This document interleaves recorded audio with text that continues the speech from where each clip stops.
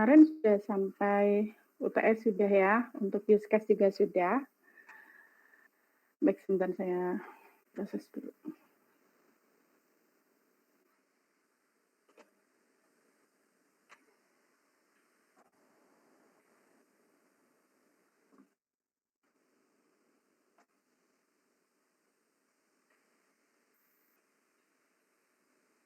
Kayaknya sudah banyak yang masuk.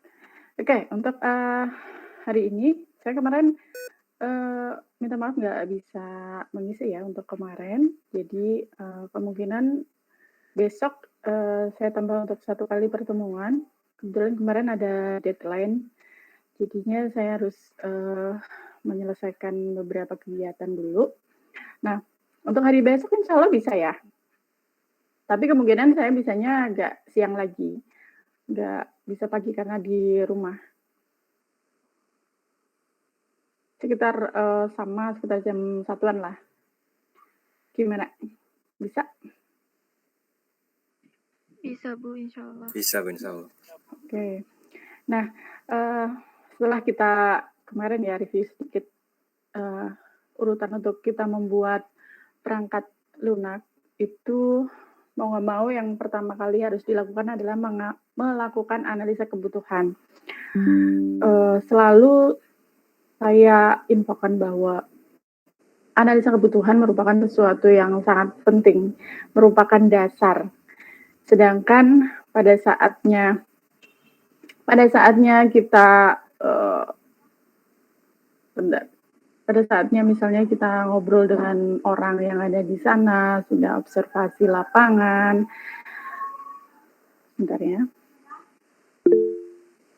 Terkadang itu apa yang kita pikirkan dengan apa yang pengembang pikirkan itu juga berbeda juga, gitu. Jadi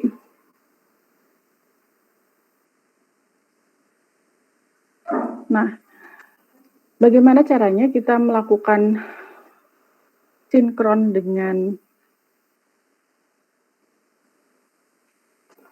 sudah kelihatan ya papan tulisnya ya. Nah, sudah Bu. Kalau misalnya kita melakukan analisa, kemudian udah ngobrol sama pemiliknya atau dengan orang-orang yang terkait dengan sistem itu gitu ya. Nah, ini memang agak sedikit susah untuk menangkapnya terkadang untuk beberapa orang ya. Terkadang kita udah ngerti apa yang mereka butuhkan gitu ya, tetapi ternyata produk yang dihasilkan juga berbeda juga. Misalnya nih, ada keinginan dari klien misalnya, bukan software ya, saya sedang tidak membicarakan tentang software. Misalnya saya ingin membuat sebuah ayunan dari roda gitu. Ada klien yang mengatakan seperti itu. Saya ingin membuat ayunan dari roda untuk anak-anak saya misalnya kayak gitu. Yang dia inginkan itu hanya simple aja. Di sini seperti ini aja, dia ikatkan di pohon. Seperti itu. Simple sebenarnya. Tetapi pada saat kita sebagai pengembang IT itu mendengarkan itu, maksudnya seperti roda ya. Mendengarkan itu, maka kita juga memikirkan yang penting ayunan dari roda kan, gitu. Nah, bisa aja dia bentuknya nggak seperti ini, gitu. Tetapi ya memang ada kan ranting yang dia itu pendek, ya udah masukin aja rodanya ke sini. Jadinya dia akan ayunan yang seperti ini. Toh ini juga pendek, anak-anak bisa langsung masuk aja begitu aja, kan simpel buatnya gitu. Atau mungkin roda yang dibuat diiris ya, yang diiris gitu, mungkin udah tahu ya. Yang diiris dari roda, saya nggak bisa gambar mungkin itu. Yang dibuat dari roda mobil, yang penting kan roda kan, roda mobil terus dibuat seperti apa sih namanya? Seperti kursi ya, seperti itu. Dan kemudian dia akan digantungkan di sini. Gimana cara gambarnya? Mungkin ini ya, kayak gini. Aduh, saya agak susah gambar ya. Mungkin seperti ini. Nah, bisa juga membuat ini mungkin roda seperti ini dan kita kasih sesuatu di sini. Itu juga bisa juga. Gitu. Jadi yang penting basic pertamanya pondasinya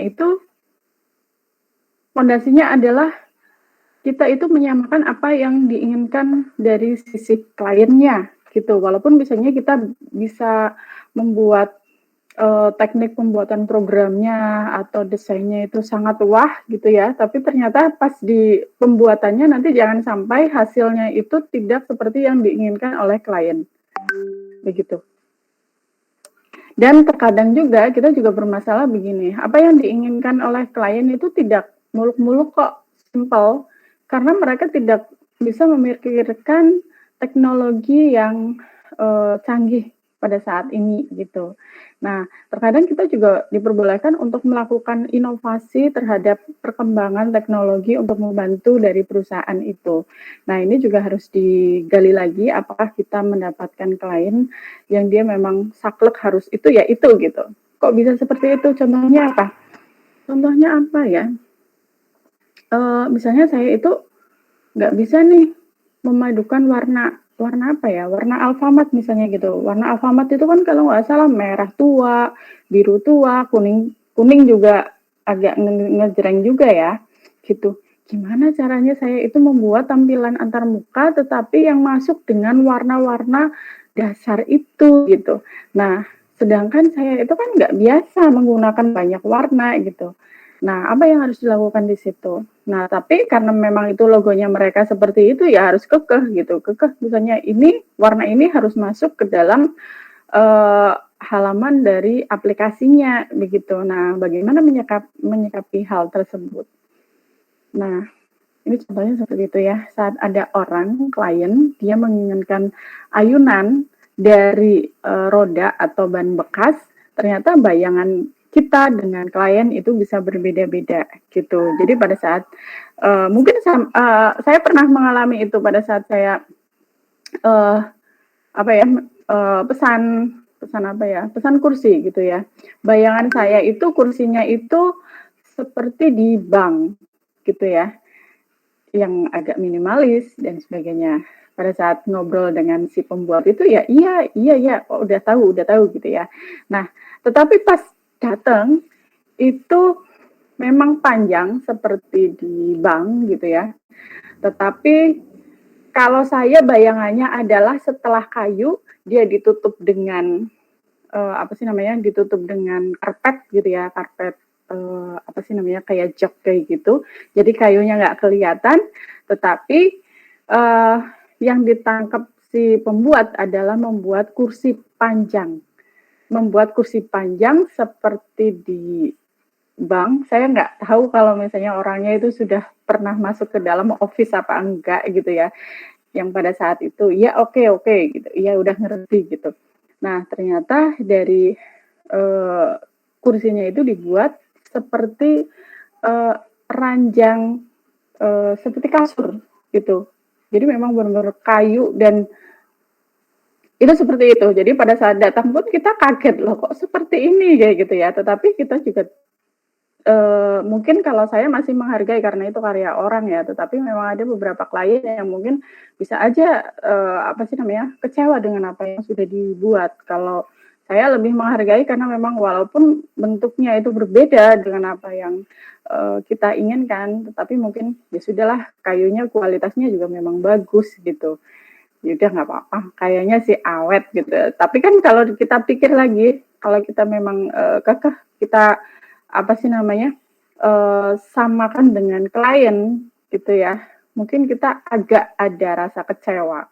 Walaupun misalnya kita menerima hasil dari produk baik aplikasi atau apa, misalnya saya contohkan tadi kursi ya, tetapi kan kita akan berpikir beberapa kali untuk melakukan pemesanan ulang begitu. Sedangkan kalau apa namanya kalau misalnya produk perangkat lunak itu merupakan sesuatu yang sulit untuk dilakukan pemasaran. Tidak semua orang membutuhkan, ini bukan seperti kita jualan bahan pokok gitu ya, akan sulit, kita harus menembus beberapa perusahaan, misalnya seperti itu untuk menawarkan atau mungkin ya memang tidak semua orang membutuhkan, tetapi apa sih namanya, biasanya perusahaan menengah ke atas yang sudah tidak fokus dengan material saja gitu ya, tetapi lebih cenderung gimana caranya untuk mempermudah proses bisnis yang ada, biasanya seperti itu. Nah, itu saya cerita dari analisis ya, karena jika analisis atau pondasinya itu nggak bagus, saat kita mengarah ke use case diagram itu juga sudah ada kendala juga, kita sudah membayangkan produknya nanti jadinya akan seperti apa gitu. Dan kemudian di use case diagram juga akan lebih baik kita memikirkan beberapa masalah yang mungkin bisa terjadi gitu. Bukan hanya bayangkan aja kalau misalnya kita membuat sebuah produk, membuat software, di situ ada sebuah form, kemudian insert, update, delete, semuanya jadi gitu ya. Tetapi apakah dari form itu bisa menimbulkan masalah enggak gitu? Bisa menimbulkan masalah enggak? Kalau misalnya menimbulkan masalah ya buatlah contohnya kayak kemarin ya. Ada include, ada extend seperti itu. Jadi kita sudah memprediksi kayaknya kalau seperti ini bisa terjadi masalah gitu. Walaupun misalnya kita itu bukan Tuhan gitu ya. Tetapi kayaknya sih kalau beberapa hal seperti ini terjadi, bagaimana cara menghandle-nya? Atau hanya insert, update, delete, ya udah kalau misalnya ada orang yang udah bayar terus dia nggak jadi beli, ya udah aja ke adminnya datang lagi gitu. Nah, ini juga akan sedikit kesulitan karena adminnya nggak pegang uang, misalnya gitu ya. Udah kemarin ceritanya pertandingan sepak bola, udah uangnya ditransfer ke rekening apa sih namanya, rekening panitianya gitu ya, adminnya juga nggak bisa mencairkan gitu. Nah, ini juga ternyata agak sedikit merepotkan. Kalau ternyata dengan dihandle oleh aplikasi dan aplikasinya jadi nggak jadi kok gitu. Tapi ternyata yang memberondong apa namanya admin itu banyak juga untuk melakukan konten, ini juga bukan sebuah keberhasilan yang 100% ya.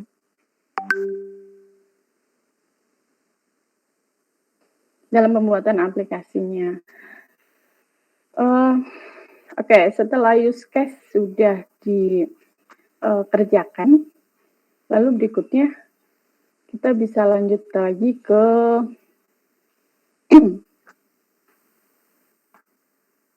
sini, ke sequence diagram.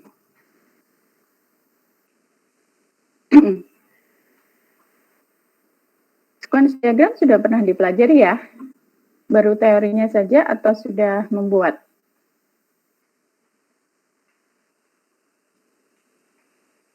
Belum kayaknya, Bu. Dulu belum?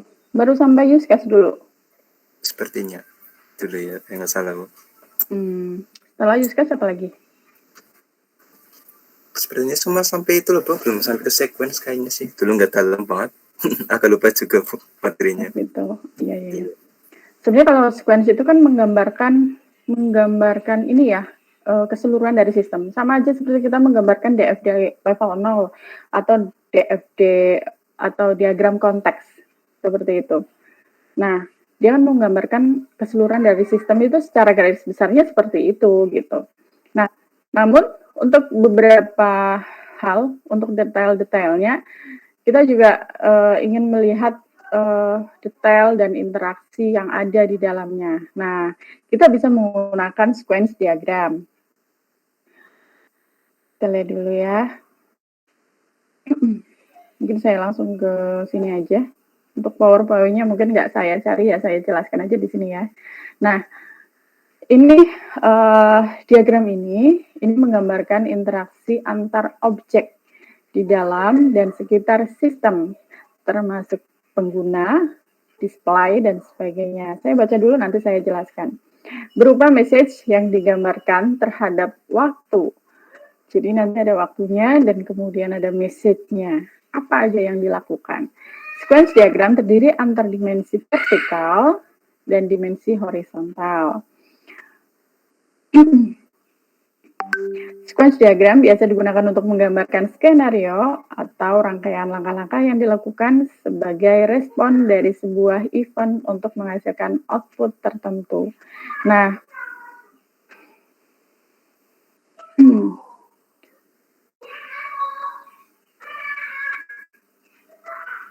untuk teorinya bisa dijabarkan sendiri, lebih cenderung untuk menggambarkan tentang interaksi yang ada gitu ya dalam sebuah misalnya kita membuat sebuah form tambah pegawai begitu ya. Interaksinya apa antara orang, antara aplikasi dan antara database. Lebih banyak menggambarkan itu. Seperti itu. Dan di situ ditambah kalau misalnya di DFD level 1 ya setidaknya ada yang digambarkan seperti itu, tetapi tidak ada message atau interaksi yang terlalu terlihat karena yang ingin dilihat adalah datanya apa, aliran datanya apa gitu. Namun kalau misalnya di sequence diagram ini lebih detail lagi apa yang dilakukan gitu. Bukan apa yang dilakukan, tetapi interaksinya seperti apa. Nah, saya ke sini dulu. Ada simbol-simbol dari sequence diagram. Nanti jangan salah karena ada beberapa software yang dia hanya mengenali simbol ini aja ya. Nah, tetapi ada beberapa yang tidak menggambarkan dengan itu. Sebentar saya cari dulu.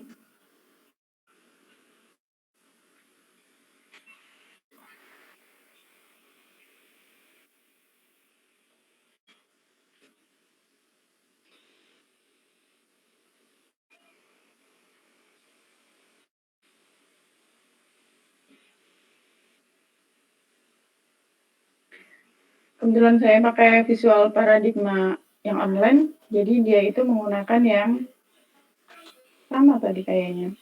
Oke, lebih baik saya jelaskan dulu aja.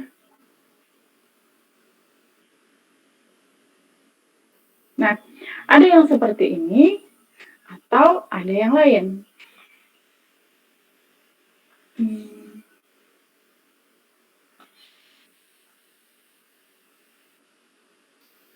Saya jelaskan yang lain dulu ya.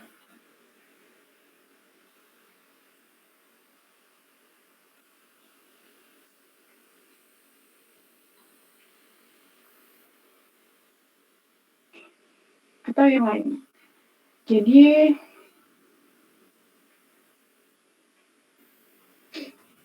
misalnya seperti ini. Itu kan tadi untuk pada saat ada sebuah simbol di sequence, dia itu seperti ini. Oke. Ada software yang dia hanya mengenali ini aja. Dia hanya bisa mengenali ini aja. Itu nggak masalah gitu. Artinya sama. Tetapi ada beberapa software, nanti nggak usah bingung juga. Jadi ini, dia bisa menggambarkan orangnya, dia bisa menggambarkan, kenapa ya? Dia itu bisa menggambarkan sistem, dia bisa menggambarkan database-nya. Kalau misalnya ini orang, kita bisa menuliskan dengan admin. Misalnya, siapa orangnya? Oke, berarti dia adalah orang.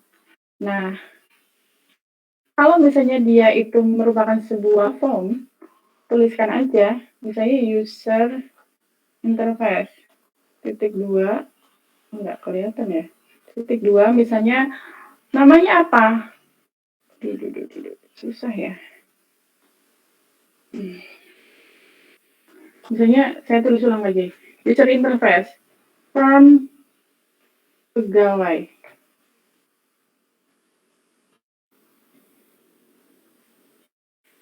Misalnya nggak apa-apa ya kayak gini ya. Jadi ada sebuah kotakan, lalu kemudian kita kasih namanya user interface form pegawai. Tergantung dari saat kita menamai nanti pas di program apa gitu. Kadang kan kita terbiasa untuk menuliskan menamai form yang ada di pembuatan form ya, misalnya di Visual Basic atau apa kan biasanya kita bikin form. Nah, kita kasih namanya apa? Nah, itu terkait dengan ini gitu. Misalnya form PGW gitu ya, berarti ya di sini juga harus dikasih nama form PGW gitu. Atau kalau misalnya kita membuat desain form PGW, berarti kan kita sedang menyuruh orang coding itu untuk membuat nama dengan form PGW, begitu. Kita nggak boleh asal untuk menamakan ini, karena pada saatnya saya sebagai seorang desainer aplikasi dan orang itu mengerjakan sesuai dengan desain saya, pada saatnya codingnya udah jadi, terus kemudian saya cross-check-kan untuk membaca dokumentasi dan ke coding, itu nggak beda, gitu. Nah, lanjut lagi.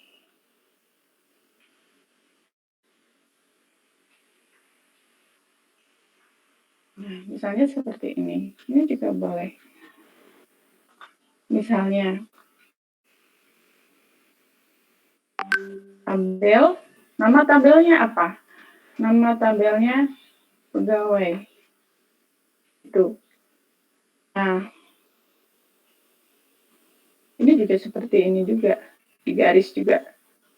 Ya, walaupun nggak rapi ya. Jadi, seperti ini. Kalau memang dia, karena simbolnya sama, kalau memang misalnya tabel, tuliskan tabel atau TBL. Setidaknya orang itu mengerti bahwa itu merupakan sebuah tabel gitu. Bayangkan jika kita membuat seperti ini, ya sudah, kita nggak ngerti ini maksudnya apa. Apakah untuk menggambarkan orang, apakah menggambarkan form, apakah menggambarkan tabel atau apa, ini kita nggak ngerti. Gitu, berikan penamaannya dulu. Oke, dari sini sudah maksud ya. Insya Allah sudah. Karena ini sesuatu yang simpel. Kita belum masuk ke dalam sistemnya. Oke, sequence diagram. Sebelum saya masuk, saya akan jelaskan lagi. Selain kita menggambarkan ini kan kita harus nulis ya. Nah, tetapi ada simbol yang seperti ini. Ini menggambarkan orang. Kalau ternyata softwarenya punya mahasiswa seperti itu, nggak masalah. Ini adalah user interface. Oke. Ini adalah simbolnya, boleh kelas atau service atau apapun yang dibuat oleh mahasiswa di listing programnya. Susah ya.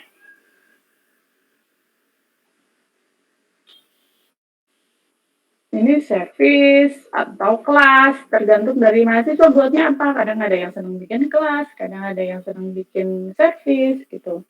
Nah, terus kemudian ada simbol lagi nih yang seperti ini.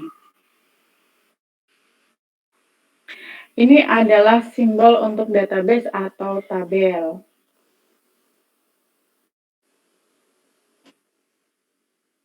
Tabel, boleh kita kasih titik 2. Ini juga boleh kita kasih titik 2. Namanya apa? Service, pegawai. Tabel juga tabelnya apa? Tabel pegawai. Gitu. Oke, saya rasa nggak terlalu susah. Terus ini juga user interface-nya dinamai apa? Form pegawai misalnya seperti itu. Nah, ini orangnya siapa gitu ya? Udah dikasih apa sih namanya? Admin. Tulis aja dulu di sini admin.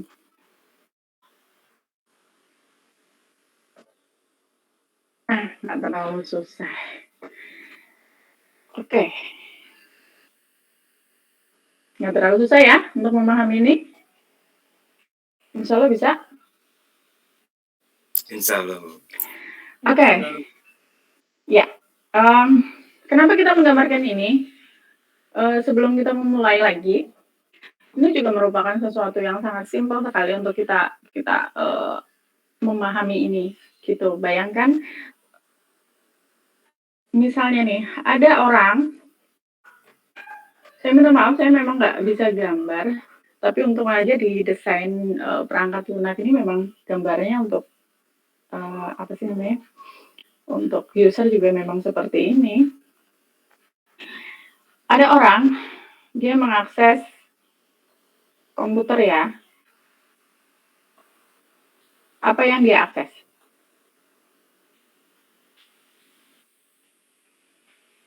Tampilan antarmuka kan? Oke, saya ulangi lagi biar berdekatan dengan ini. Ada orang saat dia melihat komputer, aplikasi yang akan kita buatkan nanti ya, dia itu kan akan mengakses komputer dan yang dia lihat ya hanya tampilan antarmuka, ya kan? Dan di belakang tampilan antarmuka itu ada listing program yang kita buat untuk melakukan pekerjaan yang ada di sini sesuai dengan instruksi dari di sini dari admin. Ya admin gitu ya. Ini merupakan tampilan antarmukanya dan kemudian listing programnya ini kita tanamkan untuk mengerjakan sesuai dengan instruksi dari adminnya. Dan pada saat dia melakukan pengelolaan data, listing programnya akan bekerja dan akan disinkronkan dengan database yang ada. Begitu kan? Kalau misalnya di program kan gitu ya ceritanya ya? Iya nggak? Oke. Dari sini sudah memahami bahwa orang pada saat saya mengisikan data, misalnya lewat apa ya? Mahasiswa biasa pakai apa ya? Instagram atau Facebook atau apa ya misalnya gitu ya. Nah, yang akan dia lihat, kita bayangkan itu sebagai klien ya, sebagai klien. Ya udah cuma tampilan antarmuka gitu, tampilan antarmuka saja dari aplikasi tersebut. Dan di belakang, di bawah dari tampilan antarmuka itu ada listing program atau otaknya gitu. Ibaratnya otaknya ya, listing program itu. Dan kemudian ini akan disinkronkan dengan database yang ada. Kenapa saya pada saat login dengan saya Vikasari misalnya kayak gitu, kok ya akan diberikan halaman antarmuka ya yang punya saya kayak gitu. Nah, itu kan berarti ada sinkron terhadap database. Nah, dari sini kita bisa memahami bahwa apa yang kita lakukan dengan komputer dengan bahasa kita yang sudah dimengerti tadi itu pada saat dibuat sequence diagram kita bisa ganti dengan simbol-simbol ini. Ada orang digantikan dengan orang, dari tampilan antarmuka itu digantikan dengan simbol ini atau simbol ini ya. Terus kemudian pada saat listing programnya itu disimbolkan dengan ini arah panah, ini arah panah. Dan kemudian saat dia terhubung dengan database, maka simbolnya akan seperti ini. Gitu. Jadi simbol kan pada saat kita memahaminya nggak terlalu sulit. Kita berkenalan dulu dengan simbolnya dulu. Ada orang mungkin pada saat di sini saya mengantarkan lewat ini mungkin masih apa ya gitu ya. Nah tetapi kalau misalnya saya tarik ke sini ada orang dia mengakses komputer di tampilan antarmukanya lalu kemudian di standarnya gitu kan kalau misalnya di listing program ya dia akan berhubungan dengan form akan berhubungan dengan tampil seperti itu. Oke, setelah memahami ini, maka kita lanjut untuk mengerti mengenai tentang sequence lebih lanjut.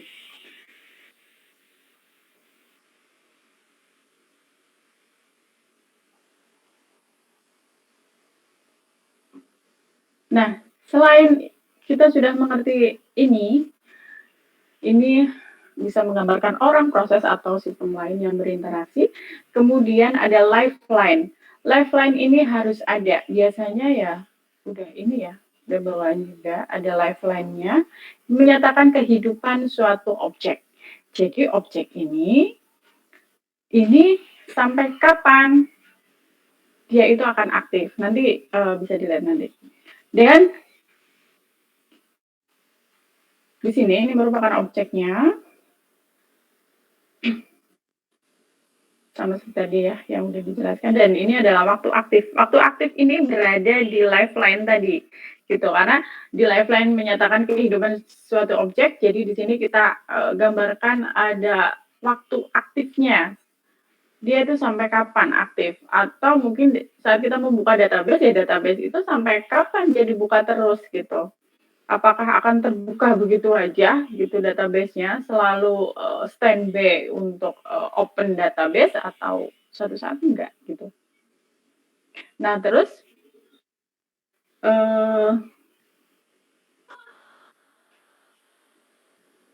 ada pesan atau message. Kadang ada yang tulisannya message ya, message di softwarenya. Ini menyatakan suatu objek membuat objek baru yang lain. Biasanya ada arah panahnya untuk kita tahu bahwa message ini akan mengarah ke yang mana. Kemudian, nah ini dia contohnya, mungkin nggak terlalu ini ya. Kita langsung ke pembuatannya saja.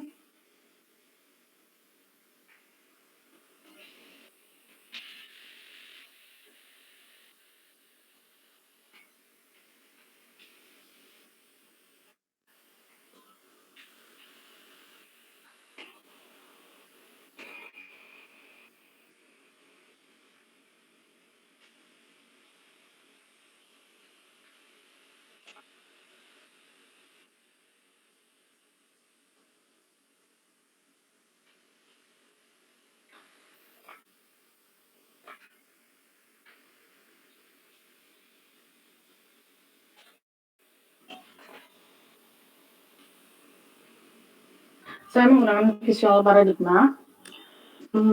Sebenarnya saya jarang menggunakan ini ya. Semoga nanti bisa menyesuaikan dengan aplikasinya. Jadi kita bisa memilih, misalnya ini objeknya.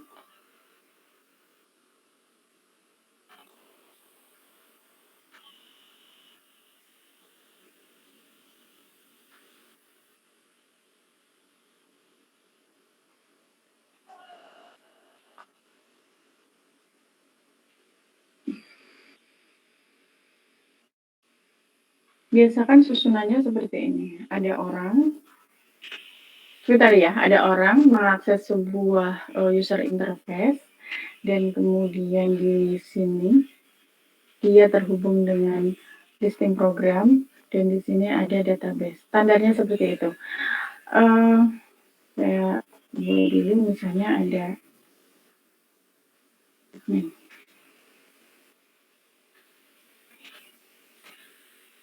Kita bikin apa ya? User interface-nya kita tuliskan juga ada login, atau mungkin form login. Login. Karena kita kasih namanya itu, kemudian listing programnya saya kasih namanya service. Misalnya saya kasih nama service-nya self login, tergantung dari yang ada di listing programnya ya.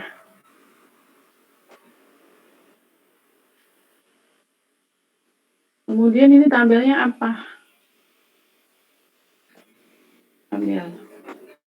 Tabelnya tapi bukan login. Ya nggak apa-apa sih. Misalnya saya kasih nama tabelnya namanya user, karena tabelnya namanya user gitu. Itu juga nggak masalah. Nah, susunan dari sini, user interface apakah boleh satu? Boleh. Lebih juga boleh. Service apakah boleh satu? Ya kalau memang cuma satu ya tuliskan satu. Kalau misalnya ada beberapa ya tuliskan beberapa. Tabel ini boleh lebih dari satu juga. Oke, misalnya kita akan mengurusi login ya, orang itu kan biasanya pada saat login, apa sebenarnya yang akan dilakukan oleh sistem? Ini agak berbeda dengan DFG ya. Oke, jadi saat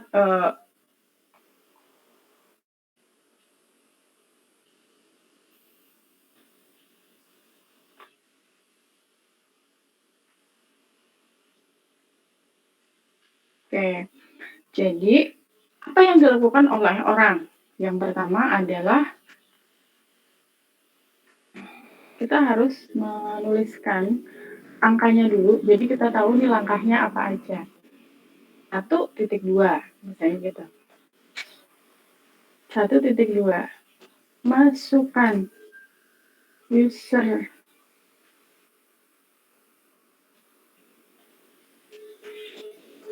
masukkan data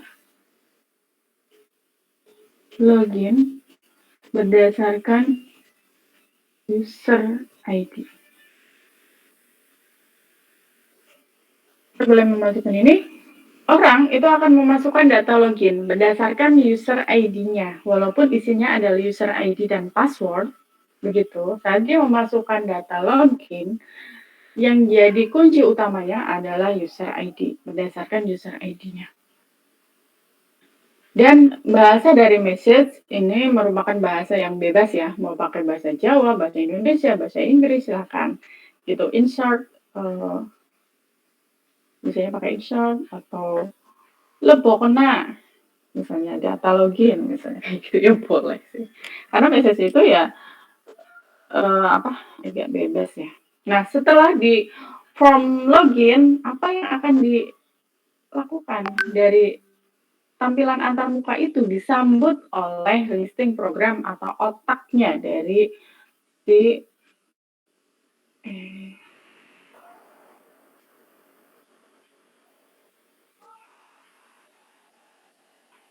dan dibuatkan agak ke bawah. Ngapain dia ke bawah? Nggak jadi.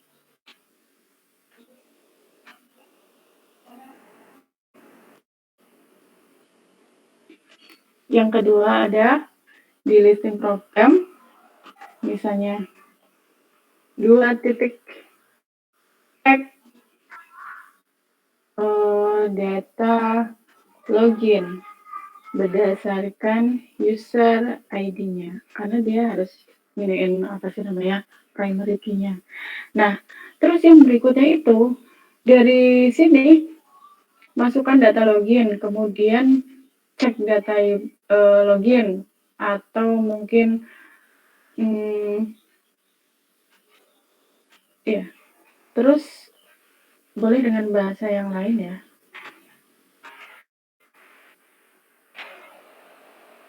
Nah, terus berikutnya di sini perintahnya ke sini adalah saat disuruh, di sini bukan cek ya, cek itu seperti melakukan pekerjaan. Misalnya dari sini untuk menyuruh atau proses mengecek data login. Kita ambil 3 get data login, atau jangan get lah ya, biar agak ngerti dikit. Ambil data login berdasarkan user ID. Oke, perintahnya adalah dari sini, message-nya, dari si listing program itu memerintahkan untuk mengambil dari tabel user. Pastinya di sini kan dia itu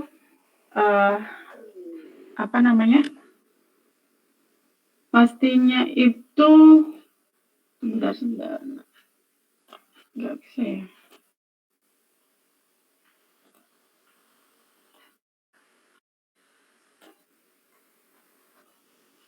Oh, dia ngikutin yang ini. Nah, pastinya listing program ini dia memerintahkan untuk mengambil. Efeknya adalah pada saat di listing program, cara kita mengambilnya itu kan berarti open database. Select data from data login misalnya kayak gitu.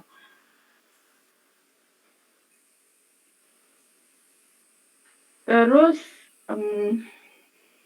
setelah ambil di sini, lalu berikutnya adalah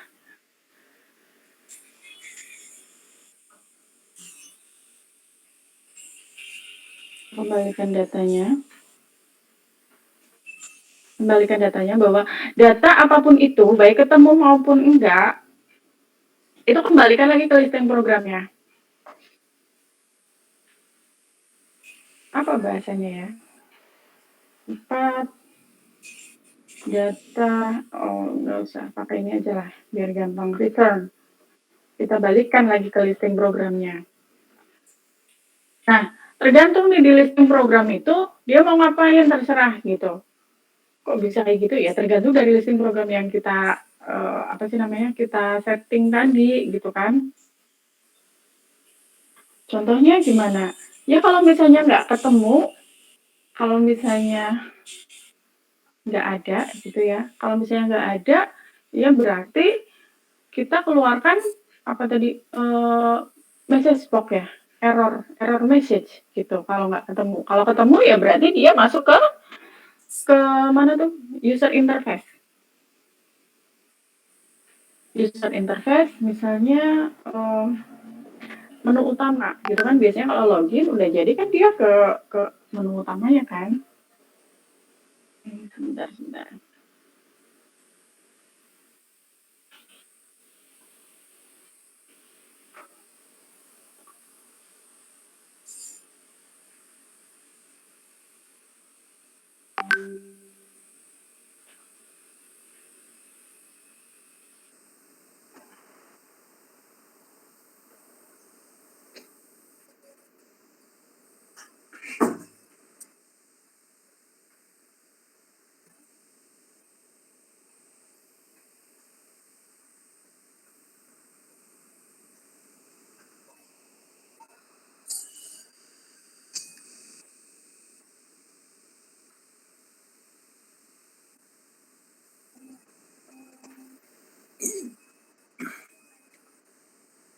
Kita kembalikan lagi. Kalau contohnya seperti itu ya, kalau di konsep login. Jadi kalau misalnya mahasiswa itu mungkin udah biasa login begitu aja. Tetapi di mata kuliah ini kita harus benar-benar memikirkan apa sih yang dilakukan oleh di listing program, orangnya mau ngapain gitu ya. Terus user interface-nya ngapain, itu harus kita pikirkan.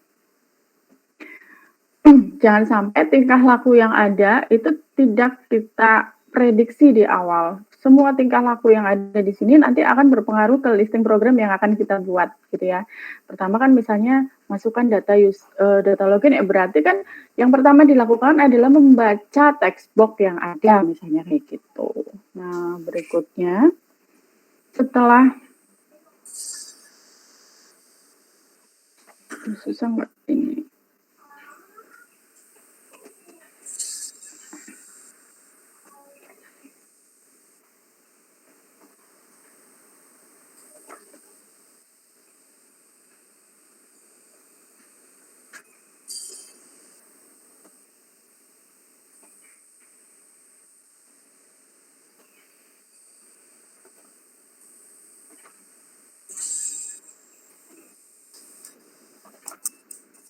Gimana ya?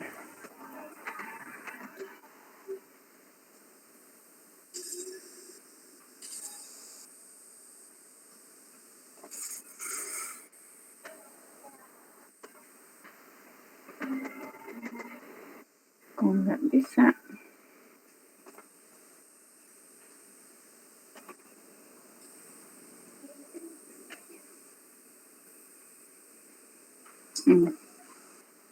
Nah, berikutnya saat kita sudah dikembalikan berarti kan tugasnya si service ini yang akan bekerja. Maka di sini kita lakukan validasi. Kita lakukan validasi datanya gitu. Yang tadi saya ceritakan, apakah dia itu benar atau enggak. Kita lakukan validasi terhadap usernya. Validasinya itu dia dalam bentuk boolean. Nah, di sini juga nanti akan terpengaruh ke proses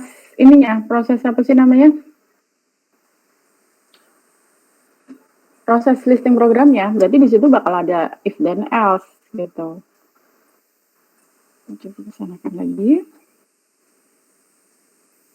Nah, lalu berikutnya kan ini kan boolean, bisa true atau false.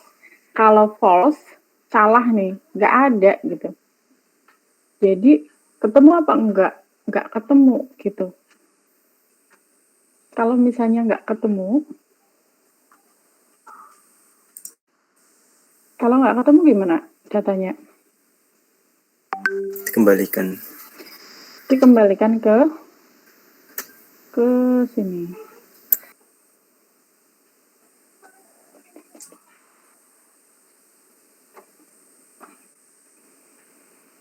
Karena saya biasanya pakai Visio sih, jadi agak nyaman juga sih. Sudah melakukan apa sih namanya, kebiasaan tadi sebenarnya. Jadi awal.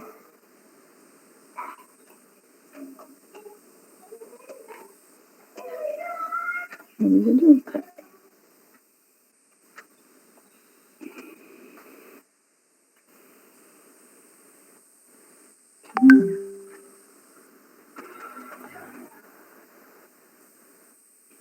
Coba dulu.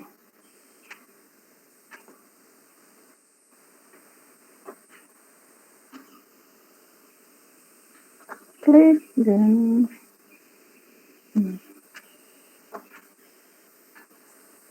klik. Yang sering lupa adalah memberikan penomoran. Jadi selalu dibiasakan. Penomoran baik 5 titik atau 5.2. Nah, misalnya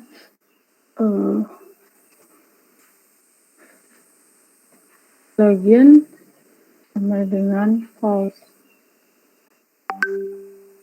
Nggak ada gitu ya. Kita kembalikan lagi ke sana, maka saya baru bilang tadi ya, suka lupa penomoran.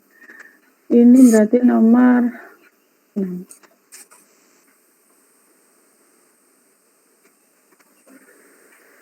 Login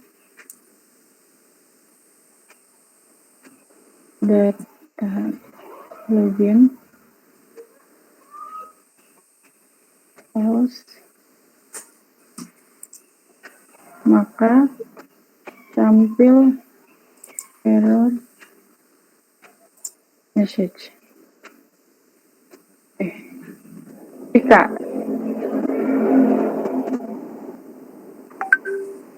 Jika ternyata datanya itu nggak ada gitu ya, false, maka dia dikembalikan lagi ke sini, tetapi menyuruh servisnya atau leasing programnya untuk menampilkan error message gitu. Tetapi jika dia true, kalau true ngapain? Kalau benar ngapain? Diteruskan apa ya, Bu? Diteruskan ke menu home tadi ya, tampilan antar mukanya. Iya.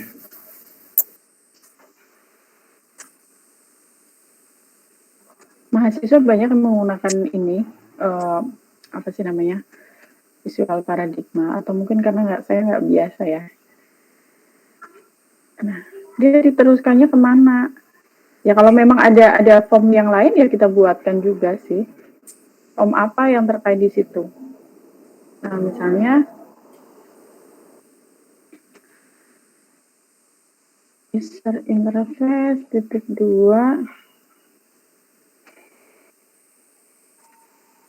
form menu utama. Misalnya gitu. Ya berarti di sini kita buatkan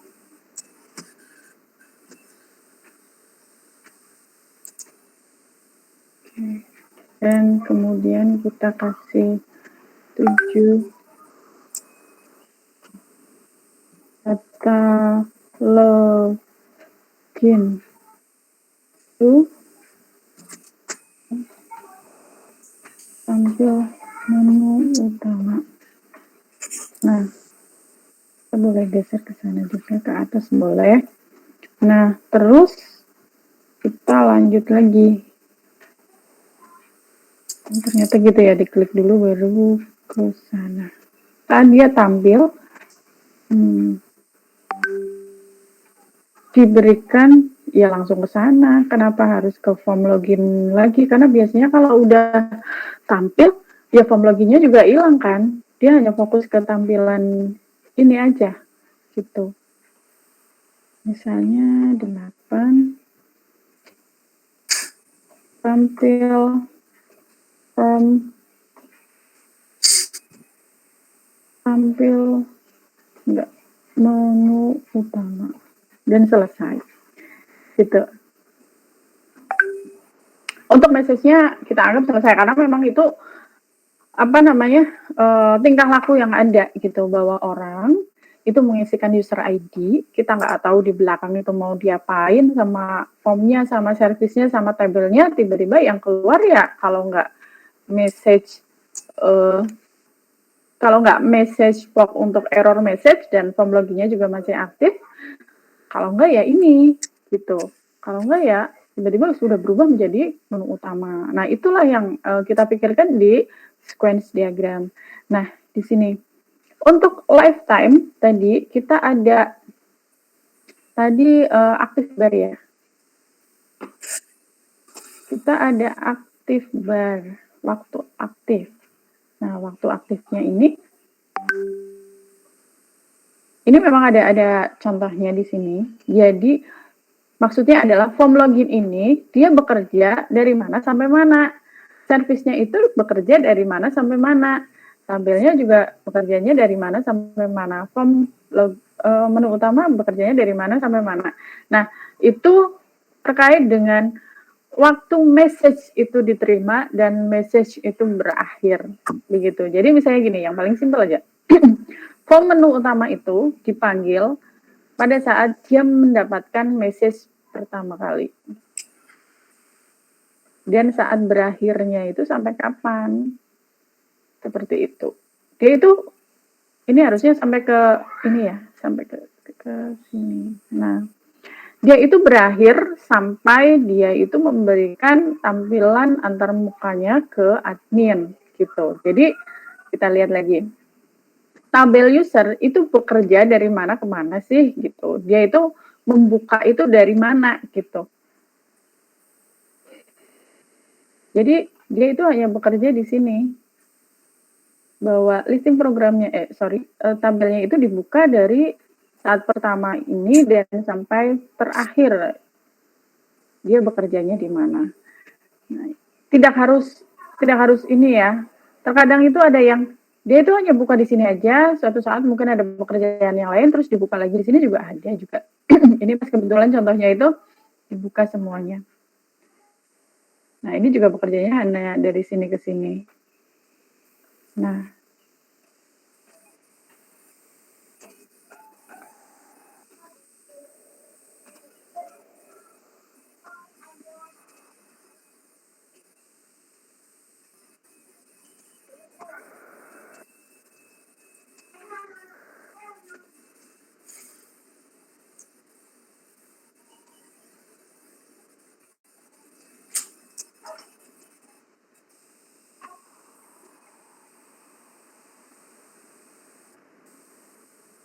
seharusnya di sini ada lagi untuk live untuk aktif barnya itu jadi kelihatan kotak sedikit ya. Karena ini agak ketutup tadi. Nah, di sini dia kerjanya dari mana ke mana. Berarti dia sampai ke form ini. Form ini dia mengeluarkan error message dan setelah itu nggak ada pekerjaan yang lain gitu. Nah, ini juga sama. Dia sampai sini. Dan selesai kita membuat untuk login.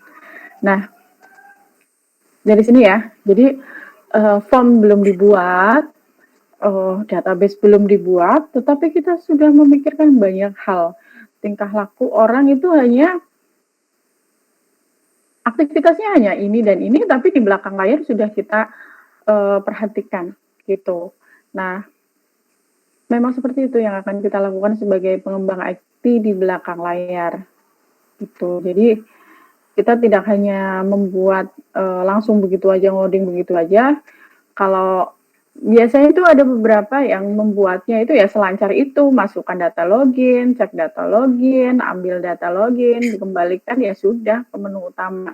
Karena tidak berpikir akan ada pengecekan seperti itu. Pada saat ditanya misalnya, Mbak di situ ada pengecekan nggak? Kalau loginnya salah ini nggak gitu, nggak bisa masuk nggak gitu. Iya Bu, gitu. Nah, berarti kan di situ ada pengecekan. Maka di desain pun kita wajib untuk membuat konsep yang seperti ini. Begitu ya.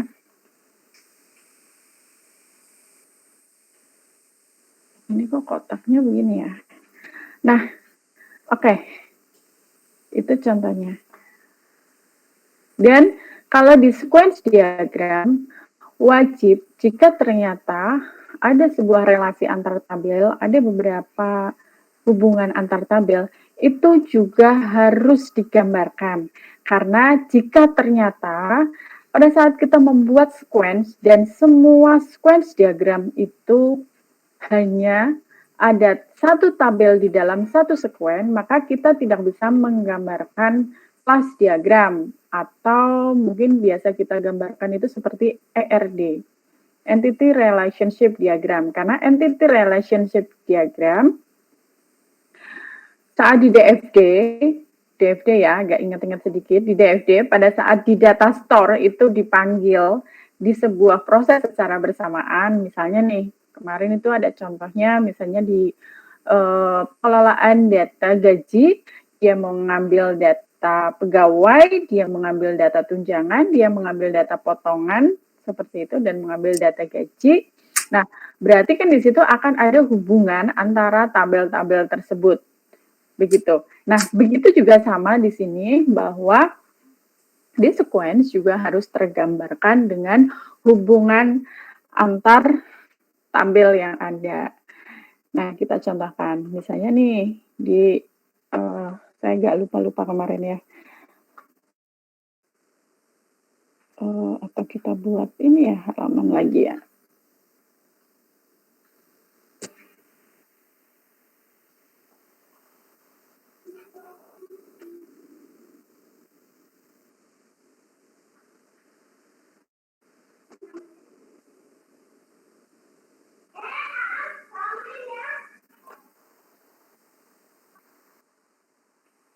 Bentar saya ingatkan dulu.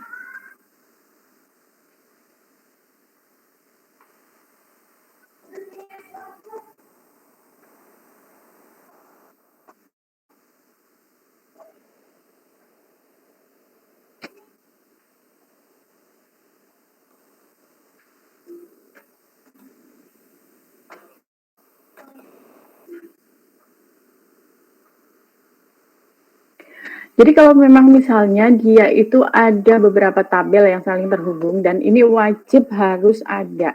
Jika ternyata semua sequence yang dibuat itu dia hanya satu tabel, maka harus kita lakukan revisi gitu. Karena enggak, sedangkan di teori database itu kan ada primary key, foreign key, ada kunci tamu dan sebagainya. Tetapi di desain sequence tidak menggambarkan itu ya berarti nggak bisa kita menggambarkan relasi yang ada. Dan standarnya itu biasanya aplikasi itu saling berelasi karena mereka itu ada komunikasi antar tabel.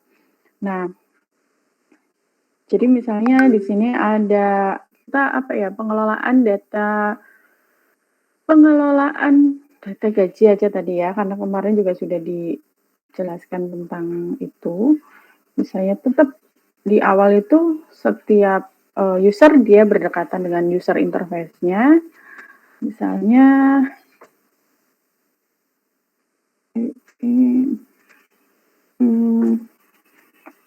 user interface form gaji.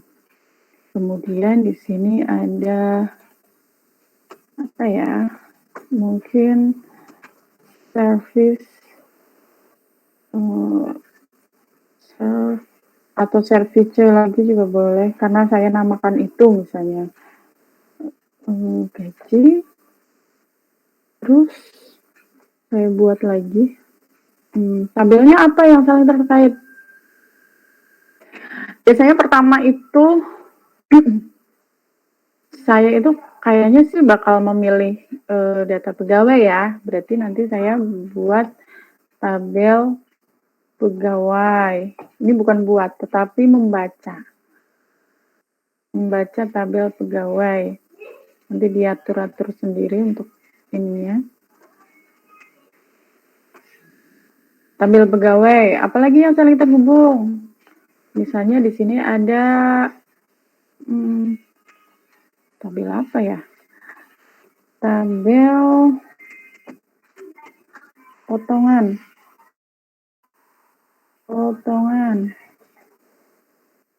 Kemudian ada tabel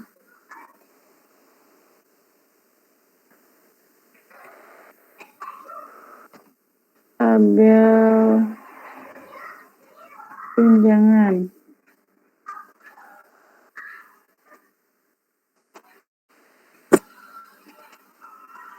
Oke, seperti itu. Nah, misalnya boleh nggak sih dihubungkan dengan banyak tabel? Boleh. Boleh sekali. Jadi misalnya nih, pada saat orang itu mau mengelola data gaji, kita kan hanya membaca dari tabel-tabel yang ada ya, potongan sudah pernah dikelola, tunjangan-tunjangan pegawai tersebut juga sudah pernah dibuat juga. Oke, contohnya seperti ini. Kita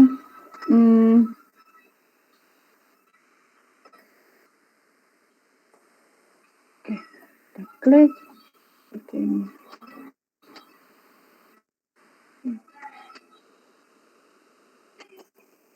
Misalnya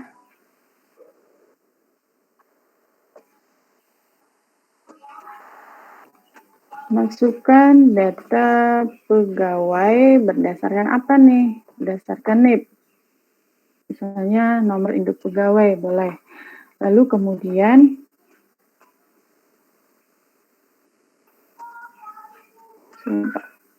harus diklik dan kemudian di sini. Nomor 2, setelah memasukkan data pegawai, kemudian mengecek data pegawai berdasarkan NIP.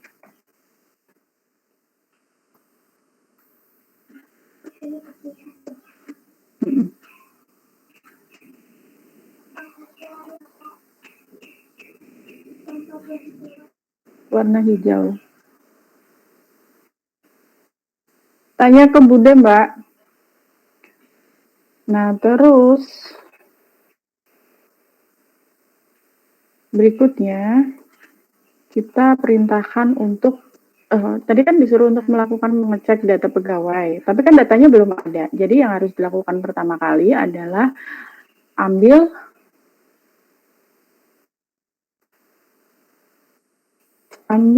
data pegawai berdasarkan NIP dulu. Oke, setelah ambil data, kan kita pastikan dulu ya pegawainya ada enggak, makanya kita ambil data pegawainya itu dan kita lakukan sebentar.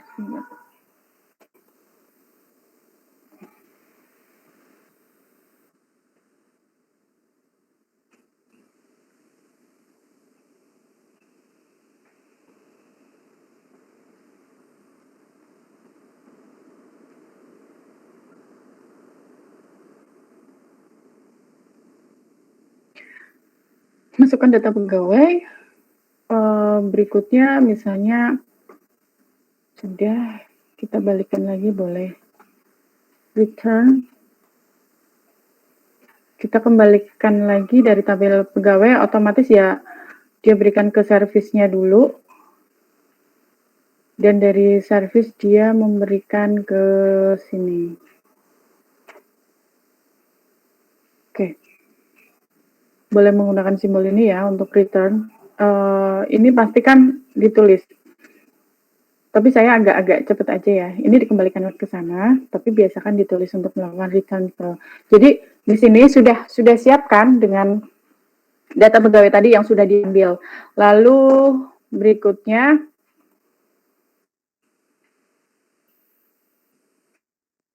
Berikutnya adalah masukkan data atau pilih data ini kan untuk pengelolaan data gaji ya, mengelola data gaji. Jadi masukkan data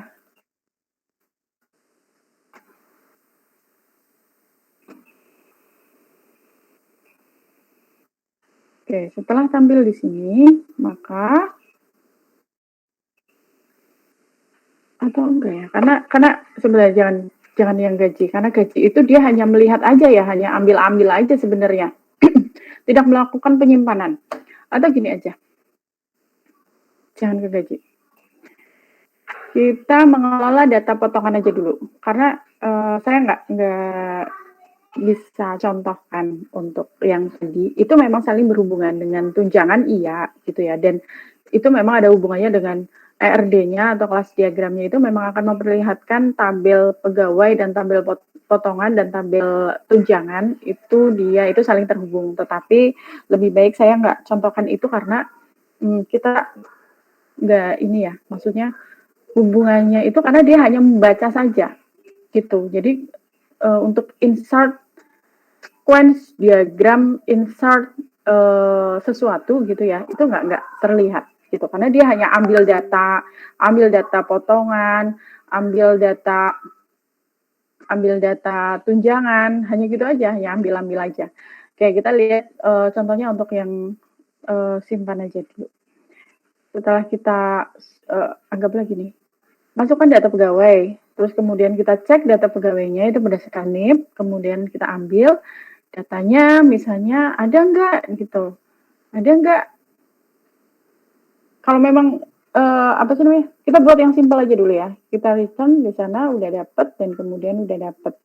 Nah, lalu berikutnya setelah udah dapet data pegawainya, maka di sini saya lupa.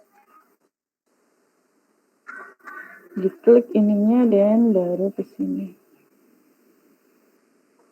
Kita masukkan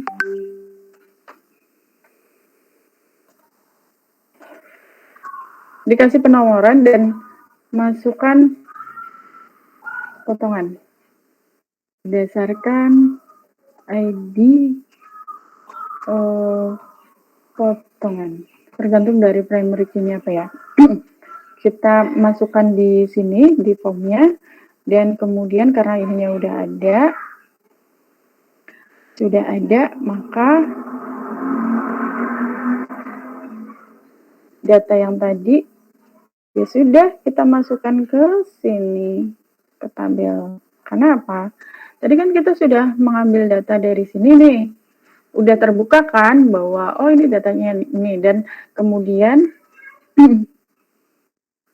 kita masukkan potongannya tadi dan setelah sudah masuk kita udah isikan form-form potongannya itu lalu berikutnya kita langsung memberikan ke sini kita masukkan data potongannya.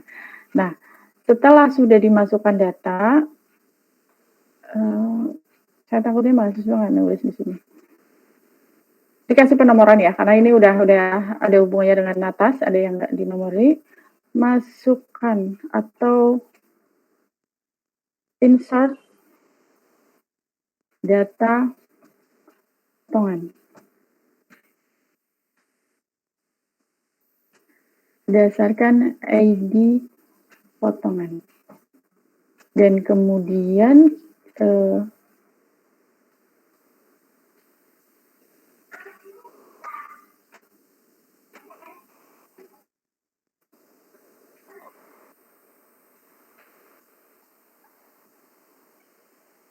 dan kemudian dari tabel ini dia akan memberikan ke servisnya untuk tampil ke formnya, misalnya di sini.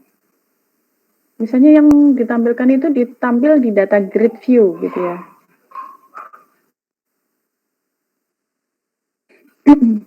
Tampil data potongan pada data grid view. Misalnya seperti itu. Jangan lupa untuk penomoran, saya nggak pakai penomoran dulu ya, untuk mempercepat. Nah, seperti itu. Kita lihat lagi. Yang pertama adalah masukkan data pegawainya, kita pilih dulu pegawainya siapa yang akan kita kelola untuk potongannya, lalu kemudian kita cek datanya di servisnya untuk mengambil data ke tabel pegawai bahwa, oh ini benar loh pegawai di sini.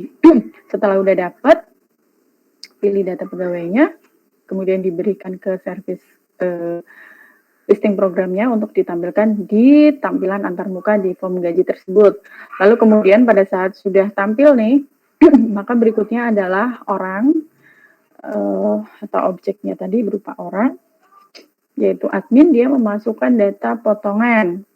Nah, di sini ini juga tergantung dari user requirement ya, siapa yang mengakses di pengelolaan data potongan yang dulu sudah pernah dibuat. Nah, setelah itu, setelah kita masukkan, ya udah dimasukkan lagi ke sana, gitu. Bahwa ini sudah disimpan ke dalam tabel potongan. Sudah masuk nih, misalnya potongan apa ya? Kalau nggak utang juga ada potongan ya. Mungkin dulu saya pernah cerita. Jadi contohnya kayak iuran BPJS, gitu. Karena kita kan nggak utang, gitu. Tapi itu merupakan potongan wajib setiap bulannya seorang pekerja di Indonesia. Seperti itu. Kalau ada di instansi ya, kecuali mungkin kalau misalnya wirausaha, saya nggak ngerti apakah ada potongan nggak untuk BPJS dan sebagainya. Nah, setelah dimasukkan ke dalam tabelnya, lalu kemudian yakin nggak bahwa itu tuh sudah tersimpan atau belum? Nah, kalau misalnya udah tersimpan ya dia tampil ke ini data grid view. Atau mungkin kalau misalnya tingkah laku dari sistemnya, misalnya insert data potongan dan kemudian setelah dikasihkan ke servisnya bukan hanya tampil aja gitu. Misalnya tampil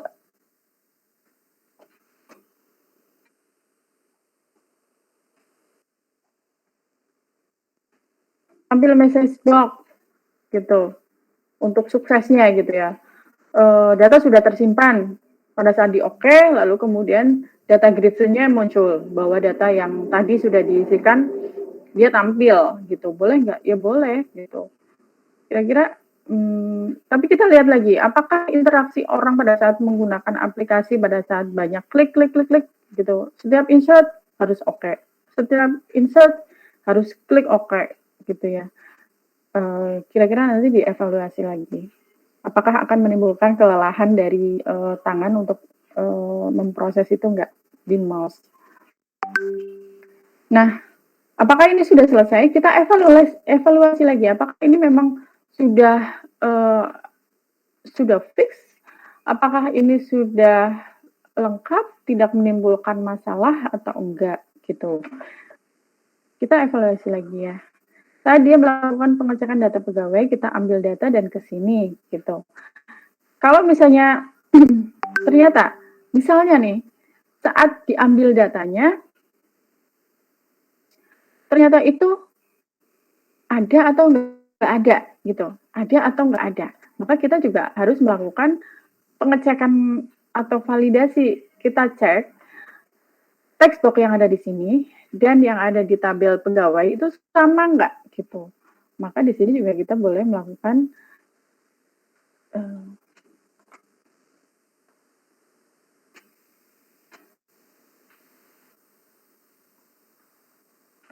lupa lagi nih.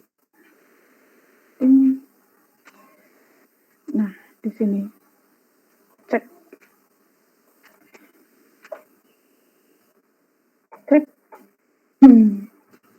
data pegawai berdasarkan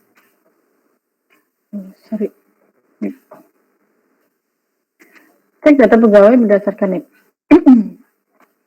Oke. Atau validasi data pegawai.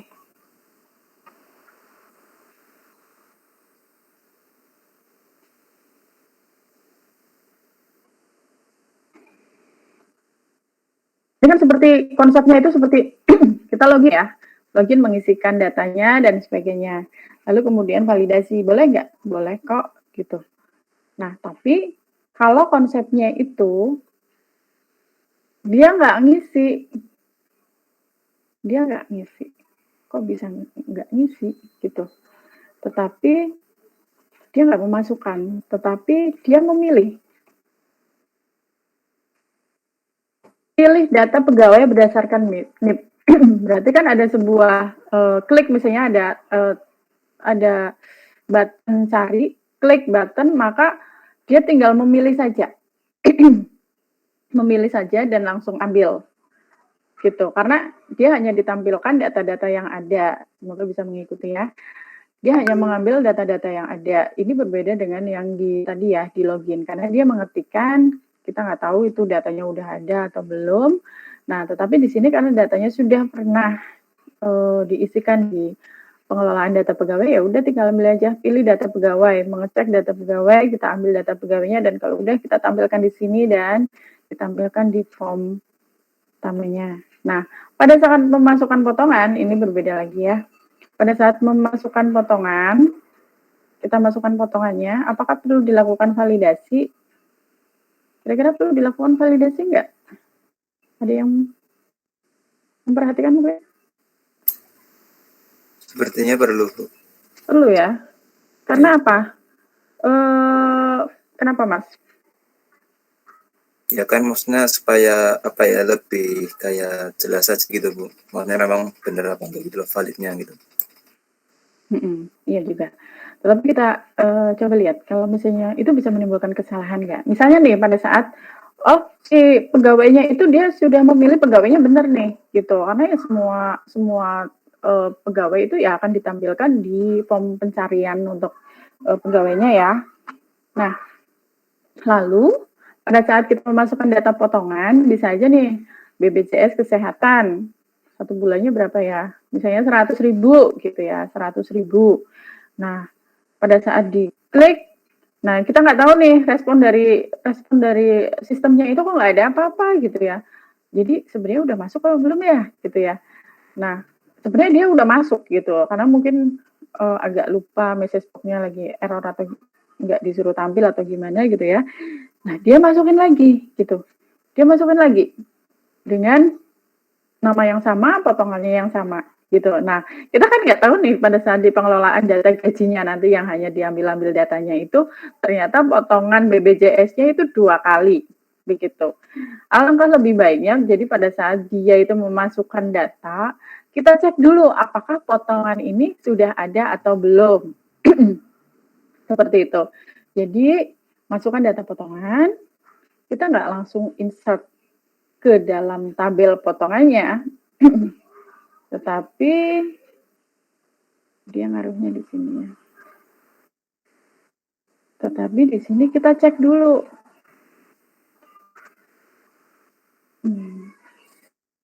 Saya agak lupa. Lupa gini, form itu tidak menyuruh ke tabel, tetapi dia harus diarahkan ke sini dulu. Saya mungkin agak ini ya, agak salah di sini. Jadi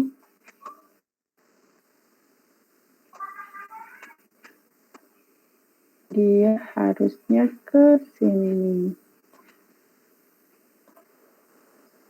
Nggak semudah itu ya. Nggak semudah di Word mungkin ya. Jadi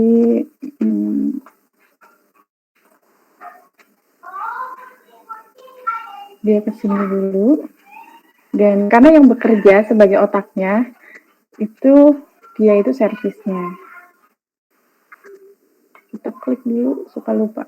Ini seperti di Visio kan dia langsung aja. Seperti ini. Saya nggak tulis lagi ya. Nah, masukkan data potongan, kemudian di servisnya, servis di sini, dan kemudian di sini itu ambil data potongan berdasarkan ID. Dan di sini tulisan ambil data potongan berdasarkan ID potongan. Misalnya seperti itu. Kemudian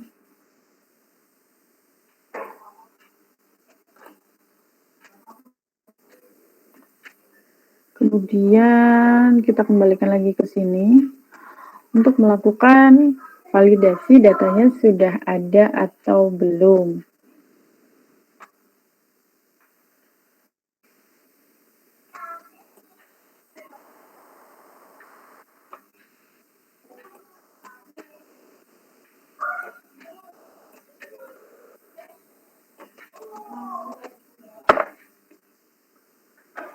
Kita return ke sana dan kemudian di sini kita lakukan validasi, apakah validasinya tetap boolean ya, dia ada atau tidak. Validasi data potongan boolean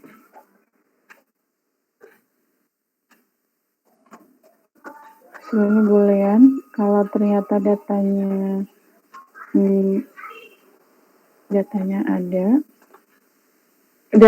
ada gitu ya.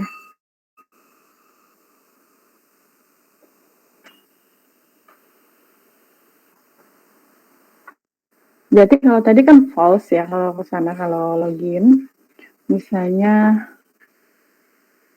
data potongan sama dengan true, berarti ketemu gitu ya. Maka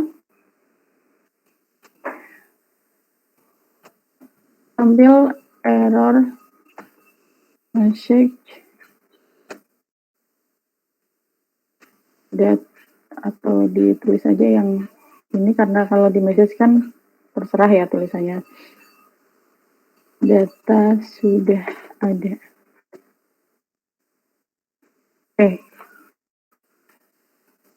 Kalau misalnya datanya ada, maka tampil error message data sudah ada.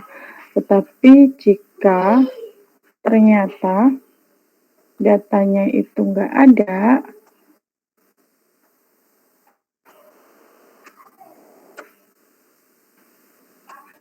kita klik, kenapa nggak mau ya? Kita coba kesini dulu, diklik lifeline-nya dan kemudian di sini. Di service-nya itu karena tadi asalnya itu dari sini. Setelah kita melakukan validasi, kalau memang datanya ada, dia kembalikan lagi ke form data gaji biar si adminnya itu bisa melihat user interface. Berarti ini ya nanti di ini aja diganti ya. Ini harusnya form potongan, service potongan, bukan gaji ya, karena tadi berubah untuk konsepnya. Nah, kalau misalnya datanya nggak ada gitu ya, datanya nggak ada, ya berarti data potongan dia itu sama dengan false, maka insert data potongan berdasarkan ID potongan. Baru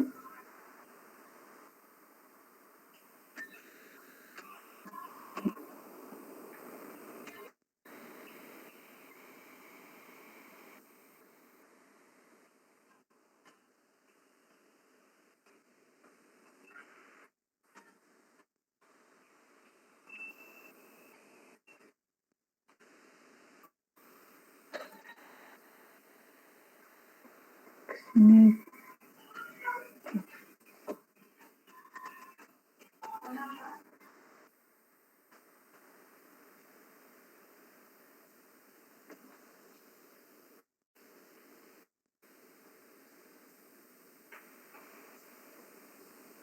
Dia berikan ke sana untuk return-nya, dan berikutnya dari sini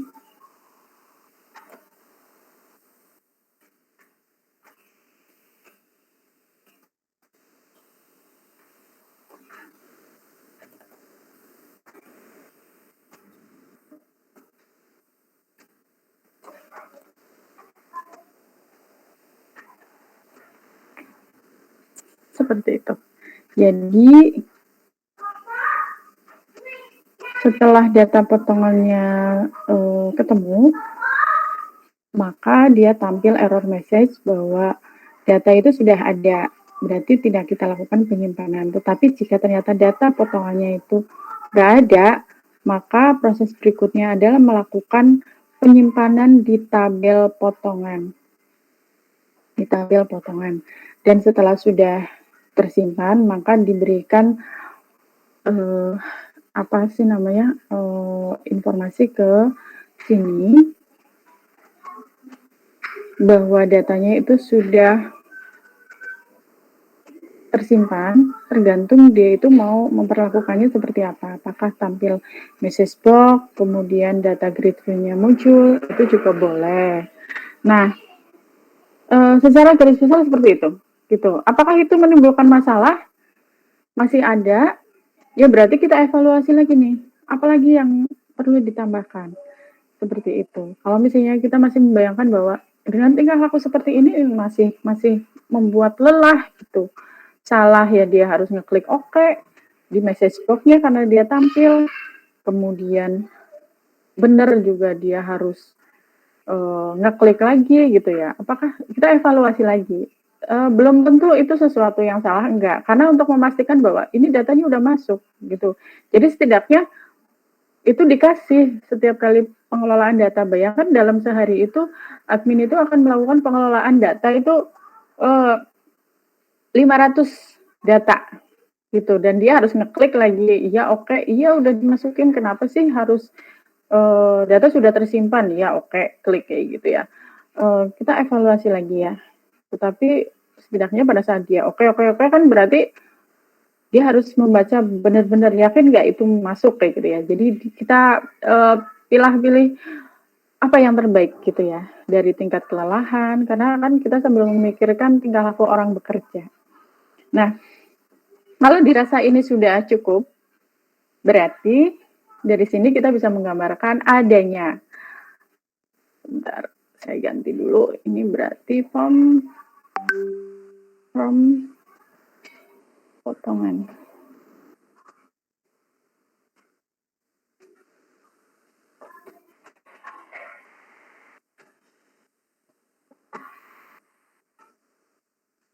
Jadi di sini selain kita sudah membuat sequence diagram, tetapi di sini kita sudah memikirkan bagaimana data-data yang ada saling berkomunikasi nantinya. Jadi kalaupun misalnya kita akan membuat ERD, maka kita bisa membuktikan bahwa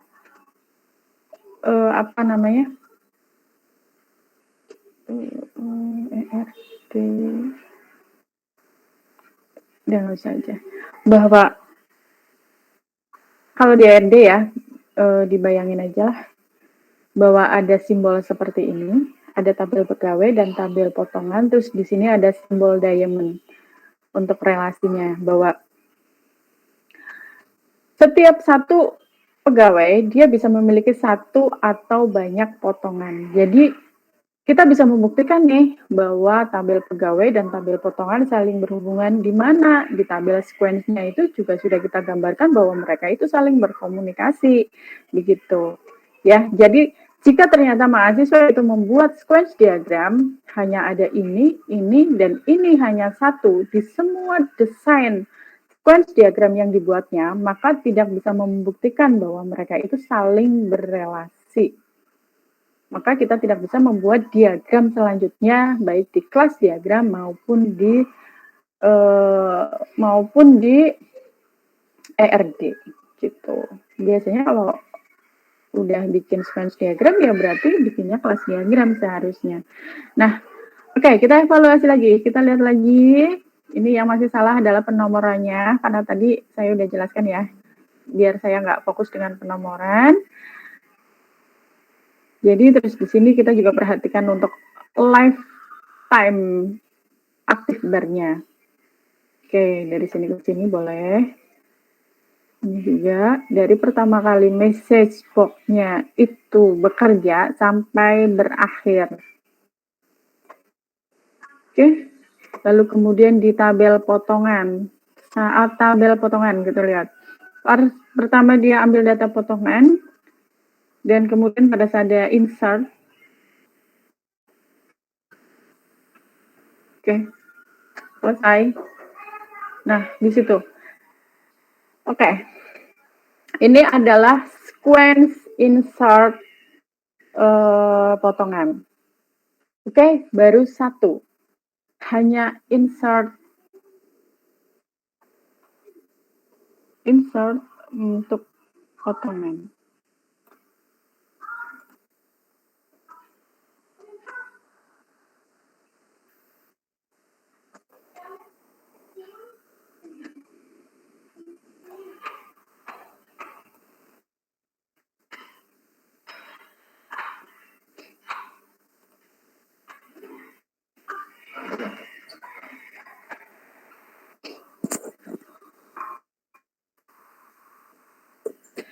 Nah, itu baru insert di potongan. Nah, sekarang saya ajak untuk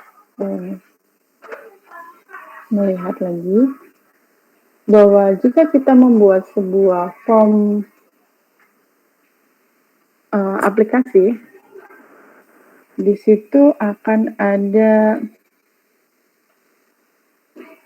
misalnya di sini,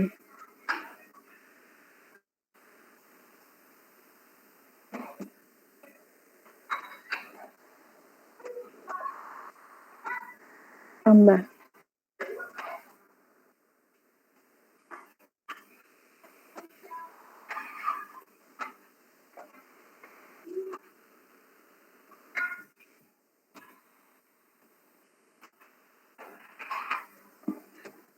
Tambah.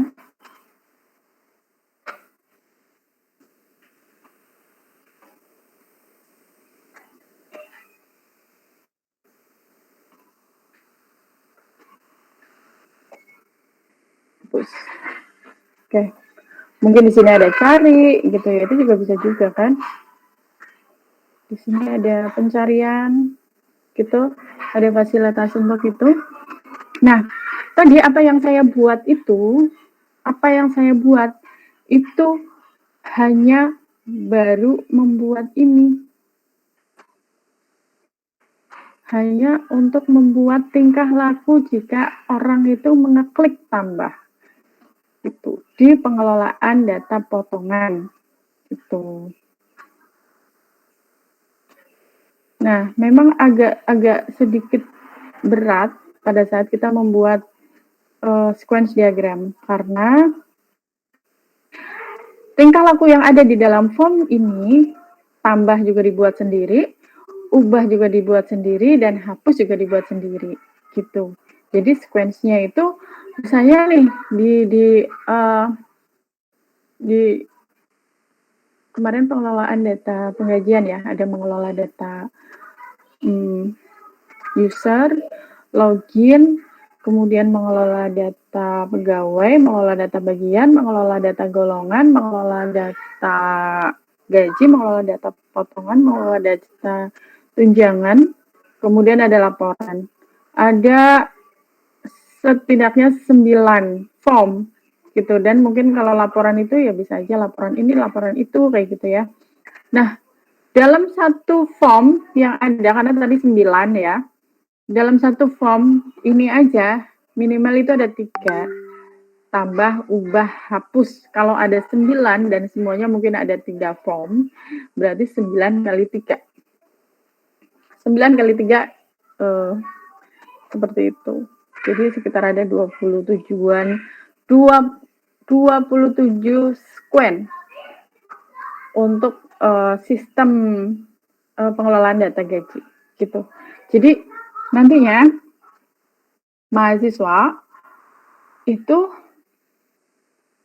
kalau di aplikasinya itu ternyata ada 10 pengelolaan data, ya setidaknya ya plus minusnya itu ya mungkin sekitar ada 30 30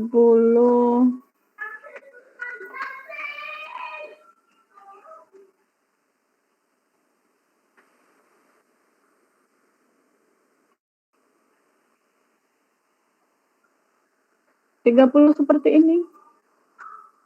Gitu. 30 diagram yang seperti ini.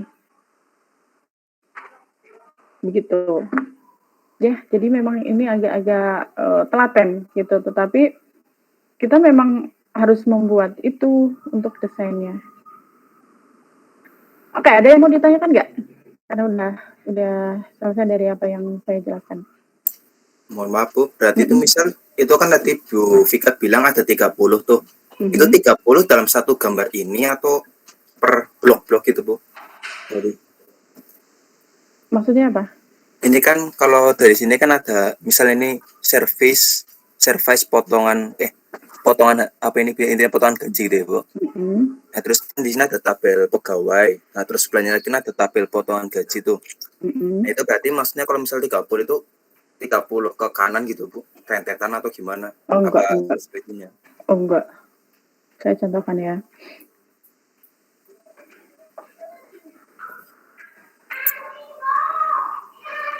Apa ini?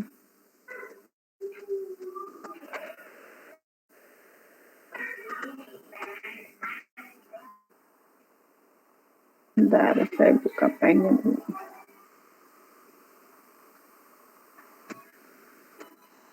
Jadi misalnya saat dia itu sudah diambil gambarnya,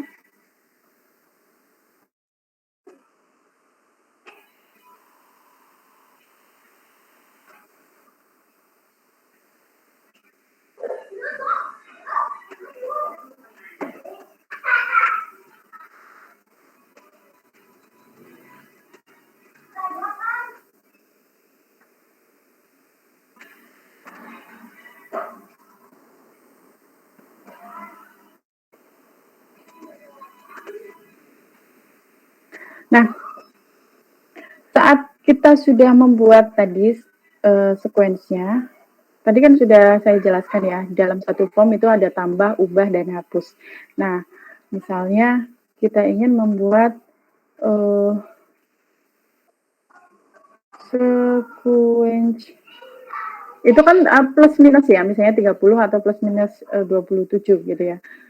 Sekuens diagram tambah data potongan.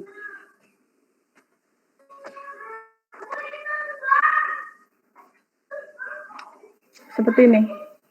Ini baru satu. Gitu. Misalnya ini, sekuens diagram. Jadi yang udah dibuat login ya. Kemana tulisannya?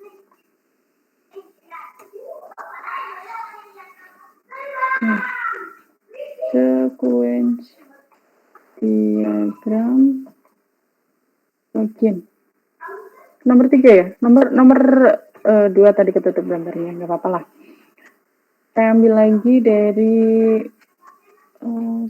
sini, coba.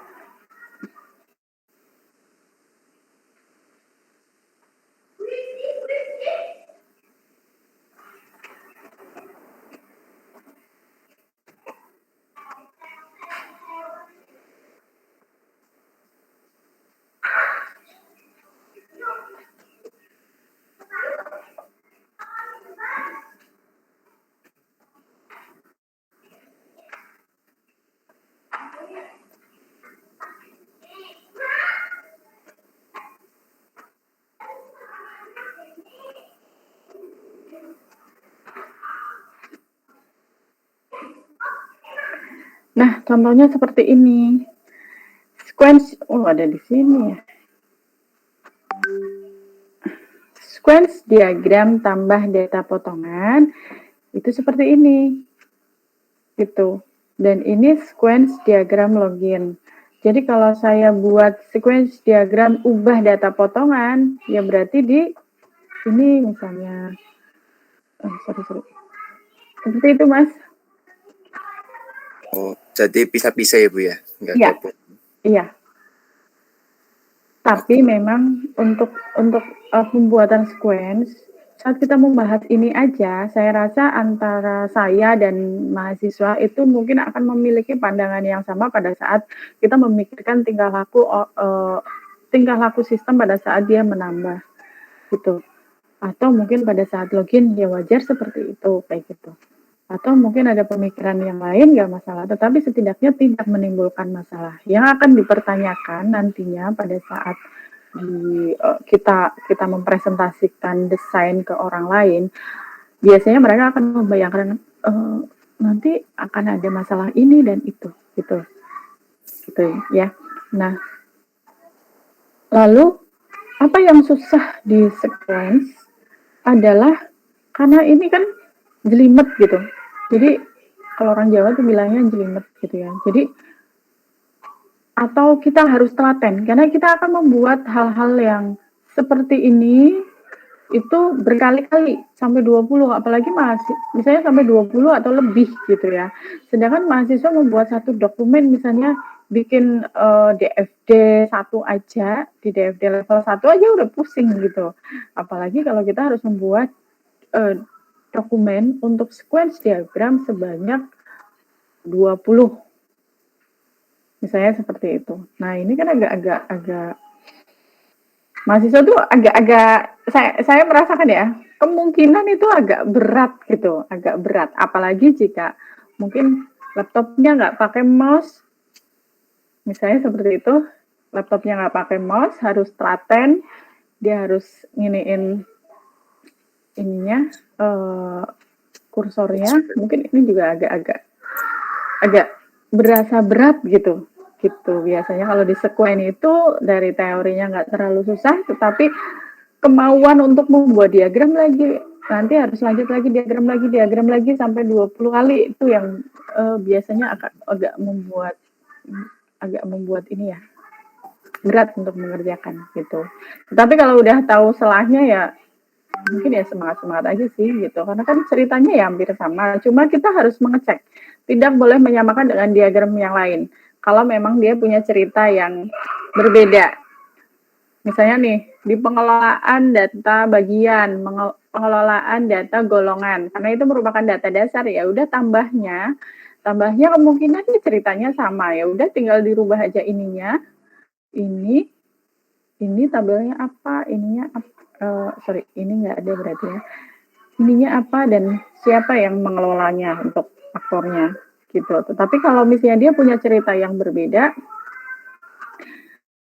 kita harus mengecek semuanya di sini.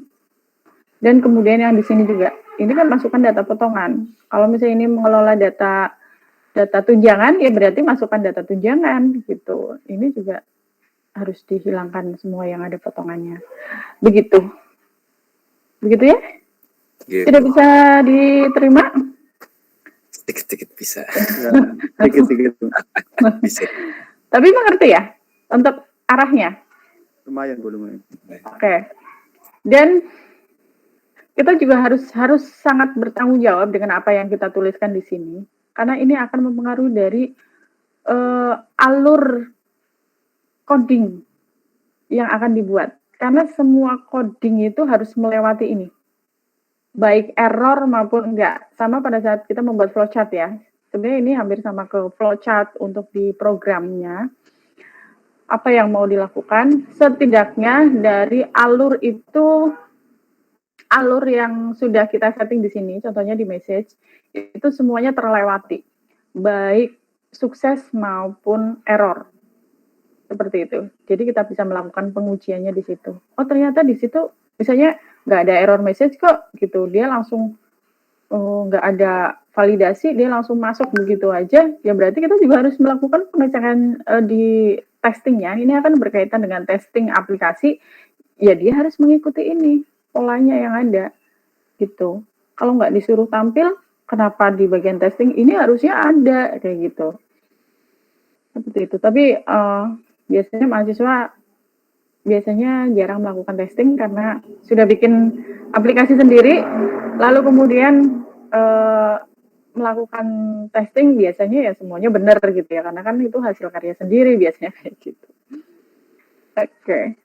Biasanya kalau yang melakukan testing orang lain biasanya agak-agak lebih terlihat beberapa kesalahan yang mungkin bisa muncul.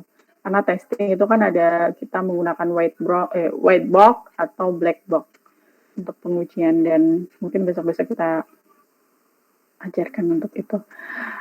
Oke, ada lagi yang mau ditanyakan?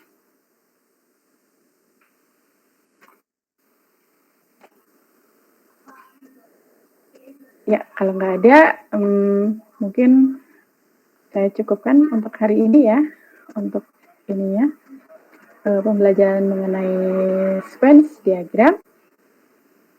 Gimana? Mau ada tugas nggak? Kalau hanya tahu-tahu aja, tangannya itu nggak terampil. Bisa baca diagramnya, tapi tangannya nggak terampil.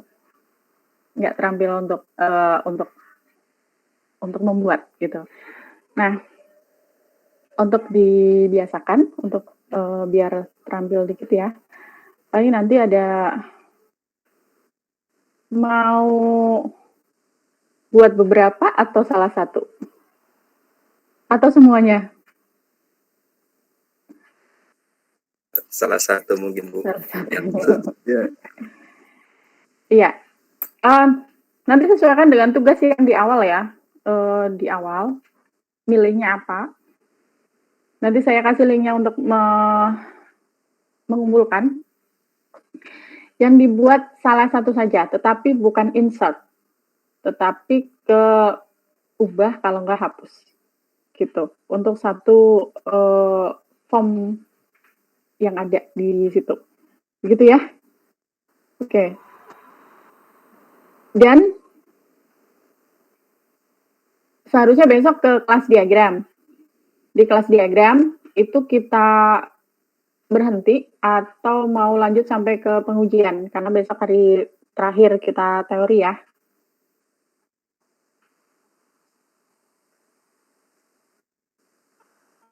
Mau sampai ke pengujian atau hanya sampai kelas diagram?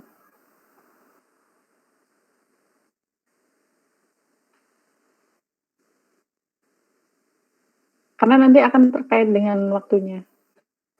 Ya coba nanti lihat ya untuk secara garis besar, karena agak-agak ini sih kalau misalnya pengujian tidak diberikan, nanti kebanyakan itu mahasiswa akan melakukan pengujian di black box testing saja, gitu. Dan black box testingnya itu biasanya yang akan dilakukan itu standar. Begitu, coba besok kita belajar bagaimana melakukan pengujian sistem, tapi agak lebih ini ya, lebih detail lagi. Mungkin gitu untuk hari ini. Semoga bisa dimengerti, gitu. Minimal dimengerti ya, karena ini basicnya untuk apa sih namanya, untuk bisa keluar dari politeknik begitu ya.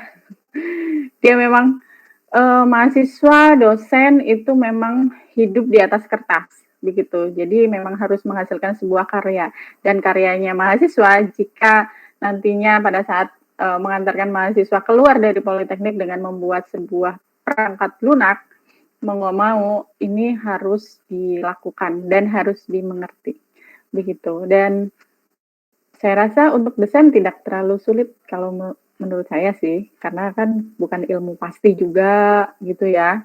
Kita bisa berkreasi seperti itu. Dan setidaknya kita juga apa ya namanya ya, kita juga bisa merubah tingkah laku orang bekerja sebenarnya. Begitu. Iya kan? Jadi memang sih di situ harus mendapatkan data apa aja, itu juga akan berpengaruh. Misalnya gini, kita membuat form dan isiannya misalnya di pengelolaan data beasiswa, gitu ya. Dan di situ ada text box, misalnya penghasilan orang tua berapa, gitu ya. Nah, pada saat adminnya, dia melihat form aplikasinya seperti itu, mau nggak mau kan, si adminnya akan tanya, orang tuanya penghasilannya berapa, ibunya berapa, bapaknya berapa, gitu ya. Padahal kalau nggak berdasarkan aplikasi, ya kalau sebagai saya malu gitu ya. Masa harus nanyain ke Mas siapa ini, ke Mas Juan misalnya gitu. Mas, orang tuanya gajinya berapa, gitu ya. Kan saya juga nggak enak juga ya, gitu. Nah, Mas Juan kan mungkin, wah saya pengen mendapatkan beasiswa, cuma 500.000 Bu, kayak gitu. karena tujuannya seperti itu. Nah, itu beberapa contoh dari kita bisa menyeting sebuah aplikasi dan nantinya akan berpengaruh ke tingkah atau budaya kerja orang untuk menggunakan aplikasi itu. Seperti itu. Ya. Jadi ibaratnya kita itu menyetir dari sebuah perusahaan sebenarnya dengan aplikasi yang kita buat gitu. Coba bayangkan aja aplikasi misalnya Tokopedia, bagaimana tingkah laku orang-orang yang bekerja di situ. Gitu. Mereka akan sangat tergantung dengan aplikasi itu. Kalau down ya udah, down sebulan bayangkan apa yang terjadi gitu. Nah makanya di aplikasi itu memang sangat penting sekali. Oke, jadi itu merupakan desain. Intinya ada di situ. Kalau di UML, kalau kita menggunakan sequence diagram, intinya di situ gitu. Kalau misalnya di use case diagram, lihat sendiri bahwa masih simple gitu kan, masih simple. Include, extend juga bisa ada, bisa enggak gitu. Nah, kalau di sequence, ya memang benar-benar intinya di situ. Harus ada tabel yang saling terhubung, kemudian formnya apa, dari penamaan formnya itu sudah diperhatikan sekali gitu, sudah diperhatikan sekali. Nama formnya, nama tabelnya, kita nggak boleh salah menyebut, karena apa? Nanti akan berpengaruh ke gini, misalnya kayak tadi, masukkan data potongan berdasarkan ID potongan, gitu. Berarti pada saat kita melakukan insert data ke tabel potongan, dia berdasarkan ID potongan, begitu. Itu kan kalau misalnya di baris database kan biasanya seperti itu. Begitu. Ya, kita belum bikin database, belum bikin apa, tapi dari nama untuk menyebut baik di select data, baik di insert itu sudah kita perkirakan. Baik, mungkin seperti itu. Semoga hari ini bisa menambah wawasan dan kemudian ada semangat untuk membuat ya. Jadi tetap ada latihan gitu, walaupun otaknya ngerti gitu ya, tapi tangannya nggak terampil juga sama aja gitu. Jadi intinya karena harus telaten, jadi mau nggak mau harus diterampilkan. Jadi pada saat saya membuat tugas untuk mahasiswa, intinya adalah membuat keterampilan di tangannya untuk melakukan desain gitu. Karena apa? Seperti saya tadi nyeret-nyeret aja itu kan benar-benar butuh ketelatenan. Apalagi kalau misalnya udah bikin hilang gitu ya. Mungkin agak enek, tapi kalau misalnya tiba-tiba harus membuat lagi, ya mungkin suatu saat juga ada beberapa mahasiswa yang akan mengalami itu. Ternyata itu akan membuat keterampilan tangannya itu agak lebih cepat melakukan desain. Begitu. Oke, mungkin saya cukupkan untuk hari ini pertemuannya. Silakan bisa dipikirkan mana yang akan dibuat. Nanti saya buat linknya ya. Begitu? Baik. Saya tutup dulu. Terima kasih. Wassalamualaikum warahmatullahi wabarakatuh. Waalaikumsalam warahmatullahi wabarakatuh.